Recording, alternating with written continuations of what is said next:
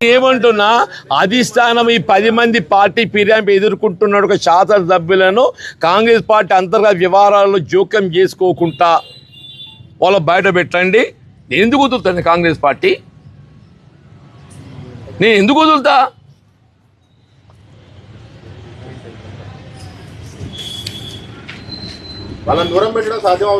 అరే నేను అన్నగా పరిష్కారం ఉందా అని చెప్పాను. కాదు బాబు, అది మీరే అంటే ఇది మీరే అంటారు. నా దృష్టిలో పరిష్కారం లేదని ముందే చెప్పా. నేను చేయని సంతోషం చేయాల్సిందే కదా బాబు. ఏకపక్షం ఎట్టుంటది బాబు? ఏకపక్షం ఏది ఉండదు. నేను ఏది ఇస్తుందో 84 November my term was expired. 84 November my term was expired. When I joined into Congress party, I was no more an elected representative of any చట్టసభకు ఎంపిక లేను. కాంగ్రెస్ పార్టీ విషయం కాదు, టీడీపీలో ఉంటూ నాదెళ్ల భాస్కర్ రావు వెళ్ళారు. చూడు బాబు, నేను అది అంతర్గతంగా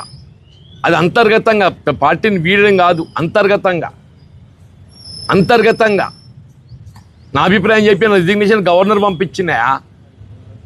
నా రిజిగ్నేషన్ ఏదైతుందో అన్నాడు గవర్నర్కి పంపించింది. నేను అంతర్గత ప్రజాస్వామ్యం ఏదైతున్నదో నేను అంటే నాకు కనబడలేదు కాబట్టి ఏదైతుందో దాని కొరకు గవర్నర్ పంపించింది రిజిగ్నేషన్. నాకు పార్టీ మారితే సరే మీకు గౌరవం దక్కుతుంది అనుకుంటున్నారో లేదంటే న్యాయం జరుగుతుంది అనుకుంటున్నారో ఓకే, కానీ మీతో పాటు నడిచేటువంటి కార్యకర్తలకు, మీ కింద ఉన్నటువంటి నాయకులకు ఇతర పార్టీలకు పోతే న్యాయం జరుగుతుంది అనుకుంటున్నారా? చూడు బాబు, వాళ్ళు నాతో నడిస్తే న్యాయం జరుగుతుందని భావించే వాళ్ళే నాతో నడుస్తారు.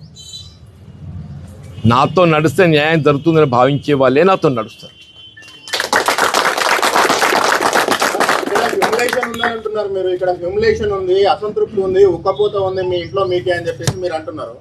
మీరు ఒక 42-43 years ప్రజా జీవితంలో ఉన్నారు. అంత ఎక్స్పీరియన్స్ ఉన్న పార్టీలు కానీ లీడర్లు కానీ ఇతర పార్టీలలో ఉన్నారు. అక్కడ మీకు మీ రేంజ్ గౌరవం దక్కుతుందని మీరు భావిస్తున్నారు?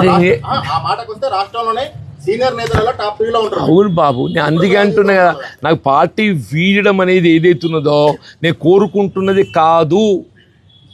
దయచేసి అది ముందే ఐ వెంట్ ఆన్ రికార్డ్. నేను పార్టీ వీడడం అనేది నేను ఎంత హ్యూమిలియేషన్లో, సఫకేషన్లో ఆ నిర్ణయం తీసుకునే పరిస్థితి ఏర్పడుతుందో అని చెప్పా. నేను ఎవడు కూడా 4 దశాబ్దాల అనుబంధాన్ని వీడాలి అని చెప్పి కోరుకోడు. అటువంటి పరిస్థితి ఏర్పడితే అది బాధాకరమే.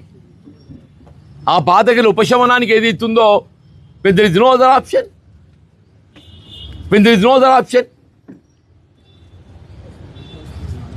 సార్, మీకు 10 జనపద్ వెళ్ళడానికి వితౌట్ అపాయింట్మెంట్ జీవన్ రెడ్డికి అయినా కూడా ఎందుకు మరి జనపద్ వెళ్ళలేదు, ఈ సమస్యలు చెప్పలేదు అంటే అక్కడి నుంచి ఏమన్నా రెస్పాన్స్ లేదా సార్? నువ్వు ఎట్లని కూడా కట్టాను ఆయన, అది నువ్వే చెప్తావు, ఇది నువ్వే చెప్తావు. నీకు తవ్వ తెలుసుగా ఎందుకు పోలేదు అని చెప్పాలని నేనేం చెప్పాలి? అరే అన్ని నువ్వే చెప్పినాక నీ ప్రశ్నకు నువ్వే జవాబు చెప్తున్నావు.